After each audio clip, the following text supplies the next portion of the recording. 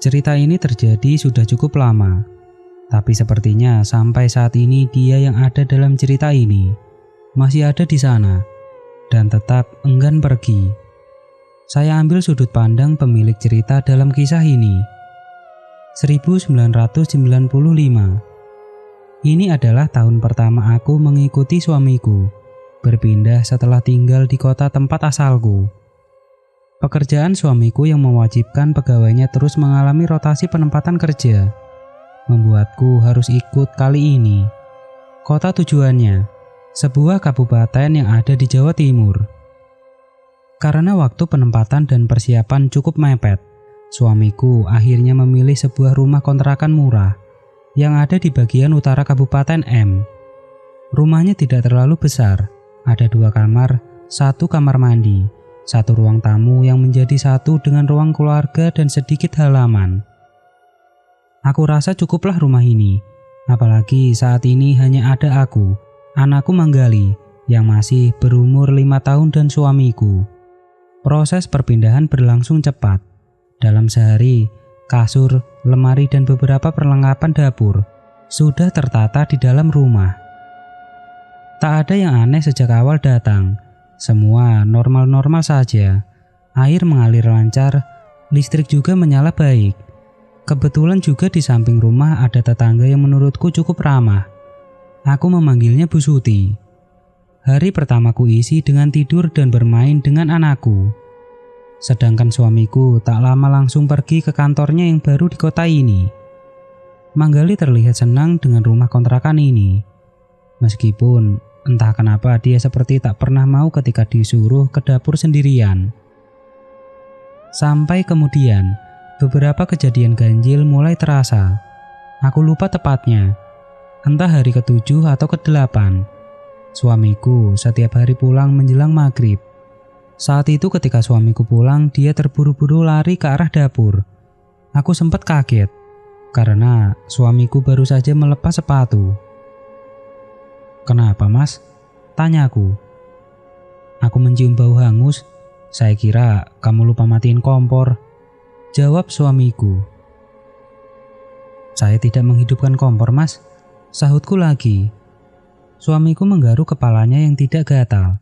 Dia jelas-jelas mencium ada bau hangus yang kencang dari arah dapur, sehingga langsung lari untuk mematikan apapun yang sedang terbakar.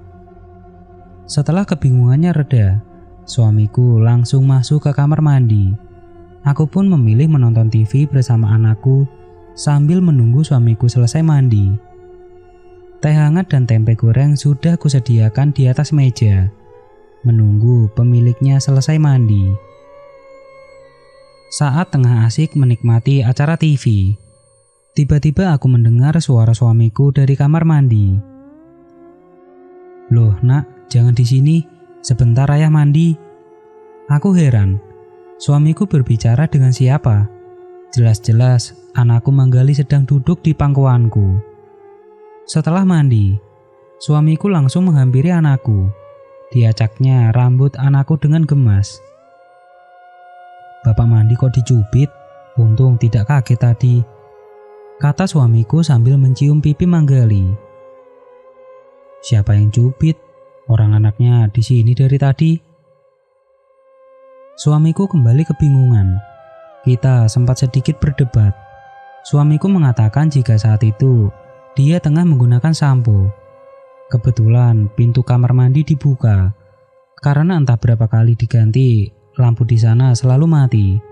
Waktu mengguyur air ke atas kepalanya, tiba-tiba ada yang mencubit. Suamiku mengira anakku yang melakukannya, karena cubitannya tepat di paha. Tangan yang mencubit juga terasa kecil. "Mungkin hanya perasaan saja, Mas. Sudah cepat dimakan tempenya," ucapku. Esok harinya suamiku merasa tidak enak badan. Suhu tubuhnya panas. Aku pun memintanya untuk beristirahat di rumah.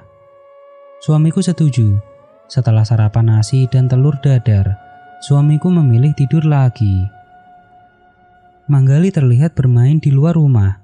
Aku memanggilnya beberapa kali, memintanya untuk sarapan. Tapi Manggali tidak kunjung mendekat. "Ayo makan, Nak," panggilku. Lalu aku mendengar ada langkah kecil mendekat. Nasi dan telur dadar edisi kedua aku siapkan di atas meja. Sejak umur 4 tahun, Manggali lebih senang makan sendiri. Aku pun beranjak ke pintu depan dan samping, mengunci pintu untuk menghalangi kucing liar yang kerap masuk selesai aku masak. Setelah mengunci pintu, aku beranjak ke kamar sambil membawa kain dan baskom untuk mengompres badan suamiku. Aku melihat ada kelebat kecil ke arah dapur. Mungkin itu Manggali, batinku. Aku lalu mengompres dahi suamiku. Masih terasa panas. Ingin kubangunkan suamiku untuk meminum obat. Tapi tak tega. Akhirnya aku memilih tetap mengompresnya saja. Aku tunggu sampai kain menghangat. Lalu ku kompres lagi berulang-ulang. Setelah sekitar 40 menit, suamiku akhirnya terbangun. Dengan mata yang masih memerah, suamiku kemudian menyenderkan tubuhnya ke dinding kamar. Rasanya kok gak enak ya? Aku mimpi aneh-aneh, kata suamiku. Gak enak gimana mas? Apa masih panas? Suamiku hanya mengangguk. Dia lalu menceritakan di dalam mimpinya seperti sedang berada di sebuah rumah yang hangus terbakar. Lalu tubuhnya tertimpa kayu-kayu hangus. Tak beliin obat dulu ya di depan. Mas di sini dulu, kataku sambil melangkah keluar kamar. Sebelum keluar, aku sempat melirik ke arah kamar Manggali. Sekilas aku lihat ada tubuh yang tertidur. Begitu membuka pintu, tiba-tiba Bu Suti meneriakiku. Anak di luar rumah kok dibiarkan sih Yul? Kasihan anak ini lapar. Aku yang bingung langsung mendekati rumah Bu Suti. Ternyata di depan televisi ada Manggali yang sedang duduk sambil menopang sepiring mie goreng. Aku merasa heran. Yang ku tahu tadi Manggali tidur di kamarnya. Tadi di dalam Bude, kok sekarang di sini? Setelah menyelesaikan makannya, Manggali langsung ku gendong. Aku meminta maaf karena merepotkan Bude Suti.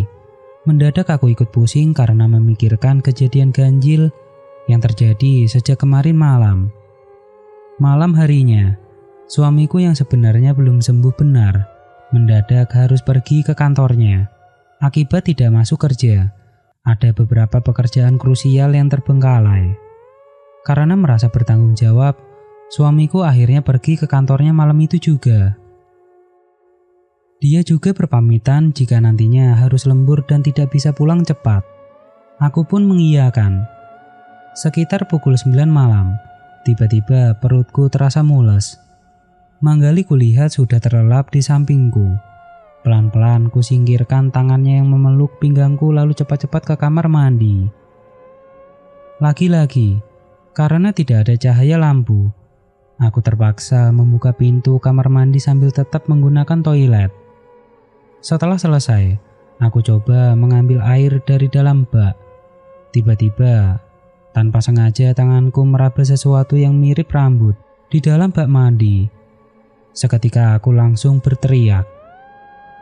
Aku langsung berdiri dan mencoba menyingkir dari kamar mandi.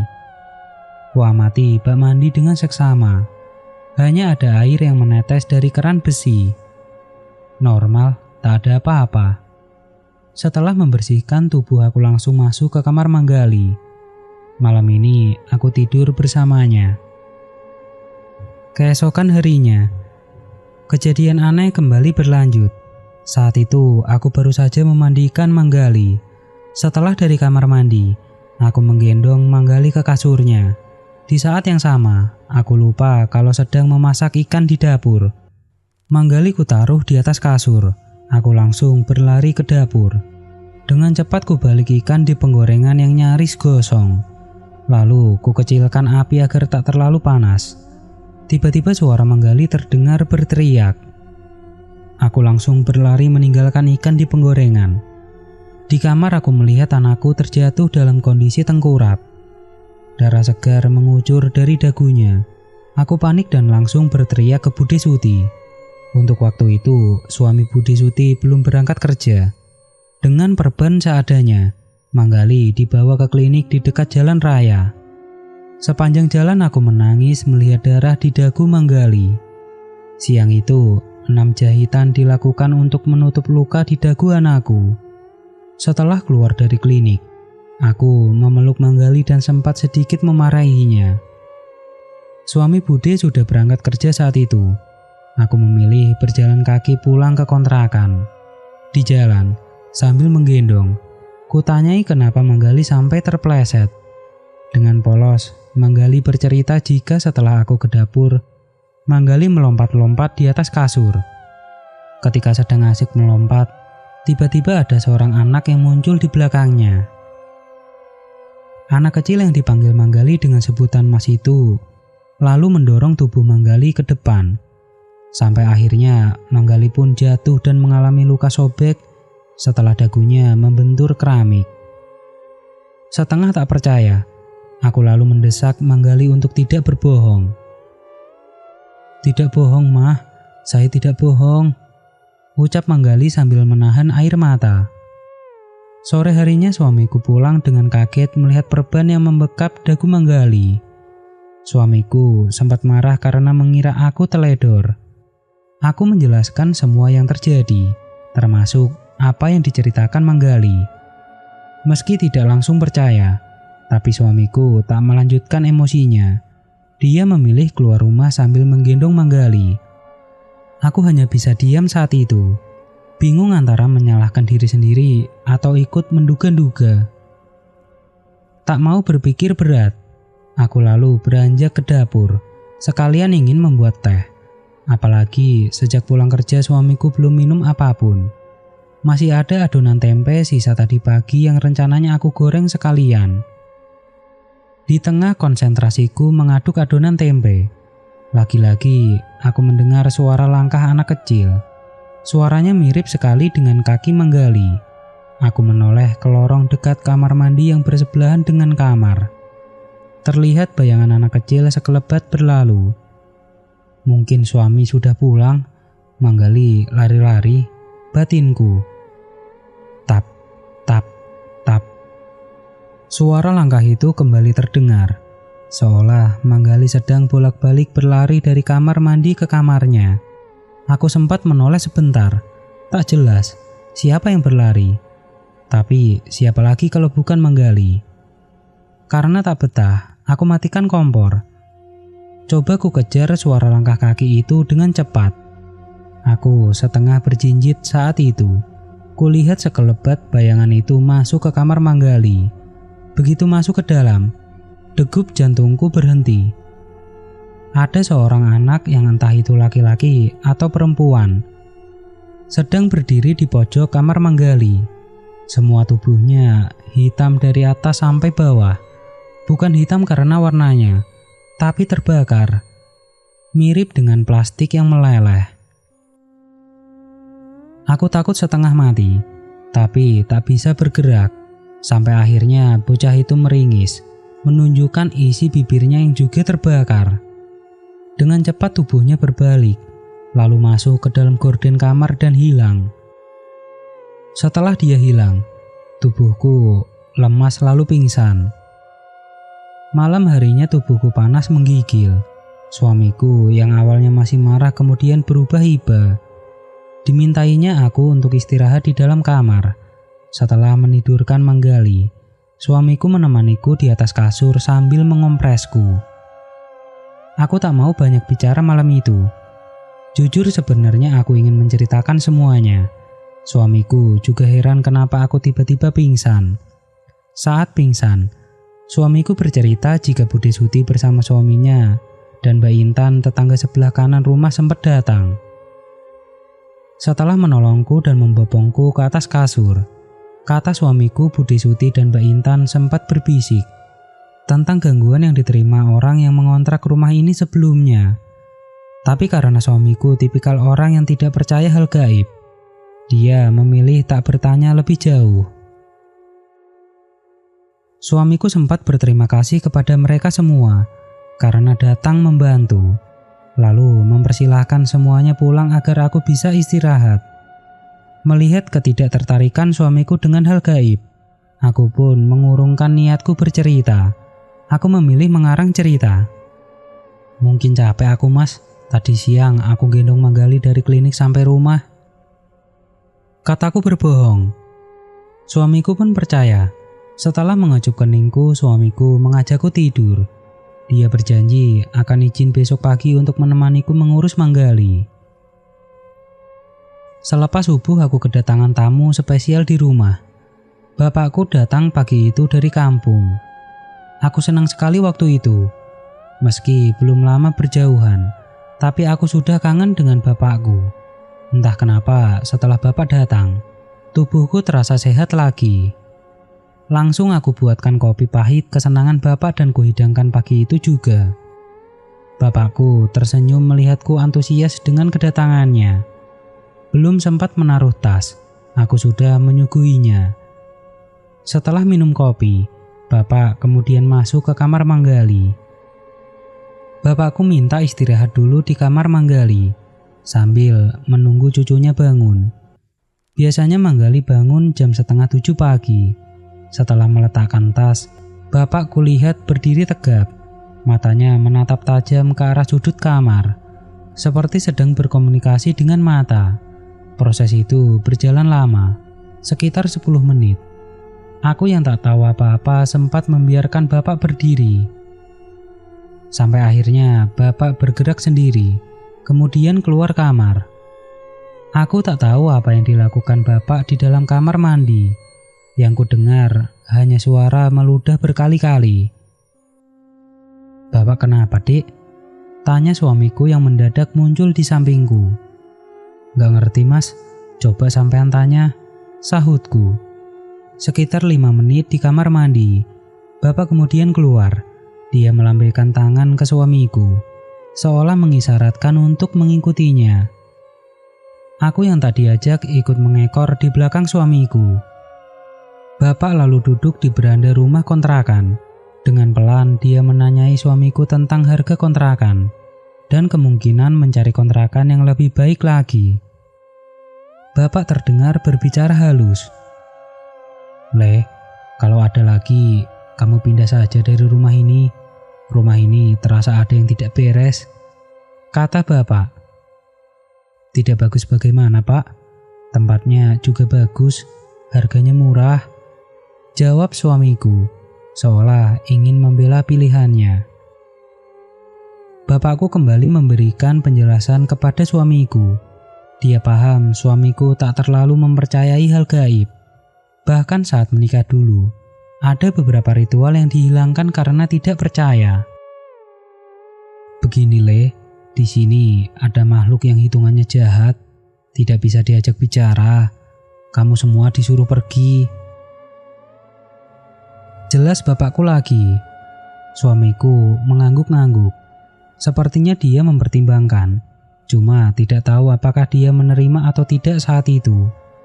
Setelah itu bapakku memilih untuk duduk-duduk di depan TV. Dia sempat menggendong Manggali dalam kondisi tidur di pelukannya, membiarkan cucunya tetap tidur sambil menonton TV. Sayangnya bapak tidak menginap hari itu. Suamiku mengantar bapak ke terminal sore harinya. Sebelum pulang, bapak kembali berpesan kepada suamiku untuk segera mencari tempat kontrakan baru. Suamiku mengiyakan. "Nanti bapak coba cari obat di rumah. Seminggu lagi bapak kesini lagi." Bapakku benar-benar pulang sore itu. Aku sempat senang awalnya. Kukira dengan bapak datang, aku bisa tidur sedikit nyenyak. Tidak khawatir dengan adanya makhluk entah apa yang mulai menghantui kontrakan ini. Begitu tiba di rumah, aku mencoba mengajak Mas Rudi kembali berbicara. Terus terang aku merasa beberapa kejadian kemarin sebagai sebuah peringatan. Seperti biasa, suamiku masih belum bisa sepenuhnya menerima alasanku dan bapak. Apalagi dia belum merasakan secara langsung. Kejadian yang menimpa Manggali dan aku baginya lebih tepat disebut kecelakaan. Aku cuma bisa menghela nafas. Malam itu kita tidur bertiga. Aku sengaja mengajak Manggali tidur bersama. karena khawatir ada sesuatu yang terjadi kalau dia tidur sendiri. Besoknya, saat Mas Rudi berangkat kerja, aku memilih untuk pergi ke rumah Bude Suti. Entah kenapa meski siang hari, aku masih merasa tidak nyaman berada di dalam. "Aku numpang main di sini ya Bude, tiba-tiba tidak betah di rumah," kataku saat Bude Suti membuka pintu rumahnya. Bude Suti tinggal berlima sebenarnya di rumahnya, tapi setiap pagi ketika anaknya berangkat ke sekolah dan baru pulang menjelang asar, sedangkan suaminya hampir sama seperti suamiku, kerja hingga menjelang maghrib. Hari itu, kuhabiskan waktu dengan banyak berbincang dengan Bude. Manggali kubiarkan memainkan mainan milik anak laki-laki Bude Suti. Setelah berbincang ngalor ngidul, aku mencoba memberanikan diri untuk menanyakan perihal rumah yang aku tempati. Aku menceritakan jika suamiku sempat mencuri dengar dari Bude Suti dan Mbak Intan yang membicarakan rumah itu. Awalnya Bude enggan menjawab. Dia mencoba mengalihkan pembicaraan dan nyelimur ke sana kemari. Sampai akhirnya aku menceritakan tentang kedatangan bapakku, tentang bagaimana ucapannya kepada suamiku untuk segera mencari kontrakan lain. Setelah beberapa kali kudesak, akhirnya Bude Suti bercerita. Rumah itu sebenarnya sama tuanya dengan rumah milik Bude dan Mbak Intan. Karena 3 deret rumah itu berasal dari pemilik yang sama. Tapi sejak Bude membeli rumah yang ditempatinya, rumah yang kini aku tempati ini tak pernah terjual. Bahkan sampai Mbak Intan datang, rumah yang aku tempati juga tak mendapat peminat. Memang sempat ada 1-2 orang yang mengontrak rumah itu, tapi tak pernah lama. Bude sendiri tak pernah berkenalan dengan penyewa rumah kontrakanku, karena tak sampai seminggu, biasanya mereka sudah pergi. Bude sendiri tak tahu apa penyebabnya, tapi penghuni sebelumku juga pernah pingsan sama sepertiku. Tempatnya juga sama, di kamar yang ditempati Manggali. Saat kejadian itu, Bude bercerita banyak orang yang datang ke rumah kontrakanku, termasuk ketua RT setempat. Yang bisa didengar Bude saat itu hanya cerita tentang arek kobong. Tapi Pak RT tak meneruskan ceritanya. Selama 5 tahun bertetangga dengan rumah kontrakanku, Bude mengatakan tak pernah tahu apa yang ada di dalam rumah, karena pemilik kontrakan akan langsung menutup seluruh gorden sebelum menutup rumahnya. Hanya saja, sering Bude mendengar ada suara air berkecipak di dalam rumah. "Selebihnya aku tidak tahu Yul, beneran," kata Bude tiba-tiba kepadaku. Aku pun tak ingin mendesak Bude lebih jauh. Setidaknya aku sudah paham apa yang tidak beres dengan kontrakanku. Aku sudah berniat akan meminta pindah ke suamiku. Selepas maghrib, Mas Rudi sudah terlihat santai di depan televisi. Pelan-pelan kupijiti punggungnya dari belakang kursi. Manggali bermain-main dengan mainan milik anak Bude Suti yang dibawanya siang tadi. "Mas, bagaimana? Apa sudah dapat kontrakan baru?" Suamiku agak kaget dengan pertanyaanku. Ditariknya punggungnya dari cengkeraman tanganku. "Belum, sudah disyukuri saja di sini. Gampang nanti kalau sudah gajian," jawab Mas Rudi marah. Aku tak mengira suamiku tiba-tiba marah seperti itu. Mungkin ada masalah dari pekerjaan, pikirku saat itu. Mas Rudi kemudian beranjak dari kursi dan pergi ke kamar Manggali. Dari suaranya, terdengar Mas Rudi merebahkan tubuhnya dengan keras di atas kasur. Aku hanya bisa menghela nafas. Aku tak mau memperparah keadaan. Kubiarkan Mas Rudi tidur di kamar Manggali. Malam harinya, sekitar pukul 11:30 malam, aku tiba-tiba dibangunkan dengan suara erangan tertahan. Suaranya seperti di kamar Manggali. Kuamati suara itu lebih dalam, seperti suara Mas Rudi. Aku pikir dia sedang mengigau. Suaranya kembali terdengar. Kali ini lebih panjang. Aku langsung bangun dari tidur dan melompat ke kamar Manggali. Saat kubuka pintu, Aku berusaha menjerit tapi tak bisa. Aku melihat anak terbakar yang sempat membuatku pingsan kini sedang berdiri di atas dada suamiku yang masih tidur terlentang. Matanya melotot meneteskan kulit-kulitnya yang terbakar. Di bawahnya suamiku terlihat ketakutan. Aku tak tahu harus melakukan apa. Akhirnya aku baca potongan ayat suci. Sosok bocah terbakar itu sempat tersenyum menakutkan. Sesaat setelah aku membaca ayat itu, dia kemudian hilang perlahan seperti asap kabut. Setelah itu aku kembali pingsan, tak sadarkan diri. Aku baru terbangun selepas subuh. Kulihat Mas Rudi sudah bersiap-siap dengan tas-tas besar. "Mau kemana, Mas?" tanyaku kepada suamiku. Wajah Mas Rudi terlihat gugup dan terburu-buru. "Pindah, Dek. Harus pindah ini. Yang punya tempat tidak mau kita di sini. Benar kata Bapak." Setelah bangun dan mencuci muka, aku langsung membantu suamiku meringkas barang-barang. Semua pakaian kumasukkan ke dalam tas besar. Ada beberapa perabotan yang sengaja kami tinggal. Rencananya akan diambil sewaktu-waktu, karena kontrak rumah itu sebenarnya masih cukup panjang. Sebuah mobil L300 tak lama kemudian datang. Ke halaman rumah mengangkut semua yang kami siapkan. Manggali yang masih terlelap kugendong begitu saja. Aku lalu berpamitan ke rumah Bude Suti untuk berpamitan. Tampak ada raut kecewa di wajah Bude. Setelah bersalaman dan berpelukan, Bude sempat menunjukkan sebuah bekas luka di betis kanannya. Lukanya berwarna hitam, mirip bekas cakaran. Bude mengatakan jika luka itu didapatnya waktu ingin memeriksa suara air yang terus terdengar di dalam rumah kontrakanku. Aku langsung bergidik setelah melihat luka itu. Teringat sosok yang menginjak Mas Rudi tadi malam. Tak banyak basa-basi. Aku langsung beranjak ke dalam mobil. Siang itu juga aku berpindah kontrakan. Mas Rudi mendapatkan rumah dinas dari kantornya setelah salah satu rekan kerjanya mutasi keluar kota. Selama perjalanan, Mas Rudi meminta maaf kepadaku karena tak mempercayai ceritaku selama ini. Dia lalu membuka kaosnya dan menunjukkan sebuah luka bakar yang tampak memanjang dari dada sampai lengannya. Pak Yadi yang menyopiri mobil melirik ke arahku dan suamiku. Dia lalu ikut nimbrung ke tengah obrolan kami. Pak Yadi ternyata sedikit tahu tentang daerah kontrakan kami.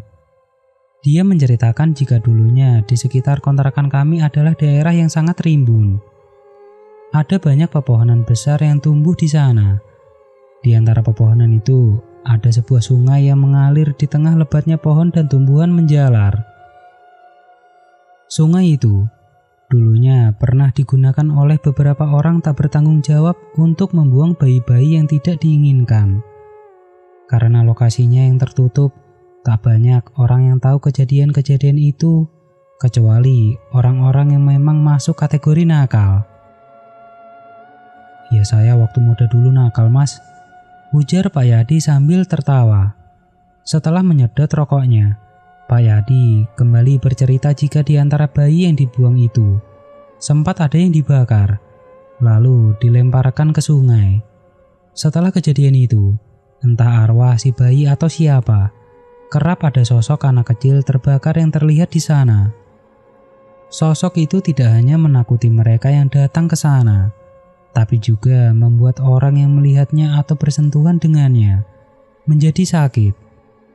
Sejak saat itu tak banyak orang yang berani lagi datang ke tempat itu. Sampai kemudian banyak pohon ditebang lalu kawasan itu menjadi pemukiman. Ada yang bilang itu wujud kemarahan bayi-bayi yang dibuang di sana.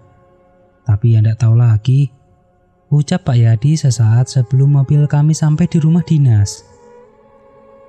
Sejak hari itu tak ada lagi hal aneh yang aku alami di kota itu. 3 tahun kemudian aku pulang kampung karena suami kembali pindah tugas. Sekitar tahun 2012, aku sempat mengunjungi bekas kontrakanku itu. Entah kenapa tiba-tiba kangen saja ke Bude Suti. Waktu itu, Manggali yang mengantarku menggunakan mobil. Tapi ternyata Bude Suti sudah meninggal. Anak-anaknya juga sudah pindah rumah. Kini rumahnya kosong. Mbak Intan juga ternyata sudah pindah keluar Jawa. Praktis tidak ada lagi orang yang kukenal di sana.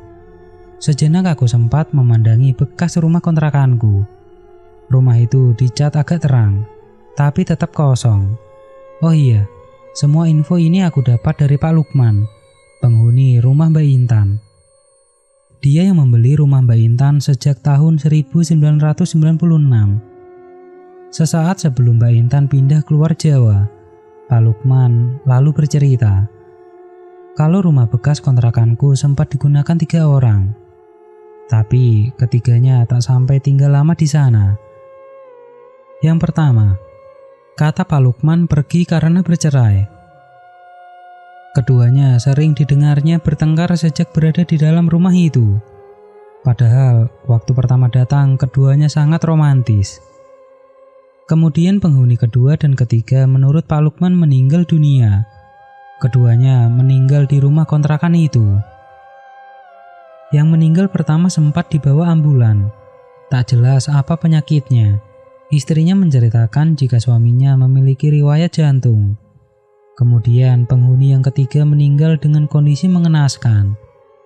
Dia seperti terkena penyakit aneh karena tubuhnya dipenuhi dengan luka gosong. Kondisinya juga semakin mengenaskan karena dia mati dalam kondisi mata terbuka lebar. Sejak saat itu tidak ada orang yang berani mengontrak rumah itu, meski diberikan dengan harga murah sekalipun.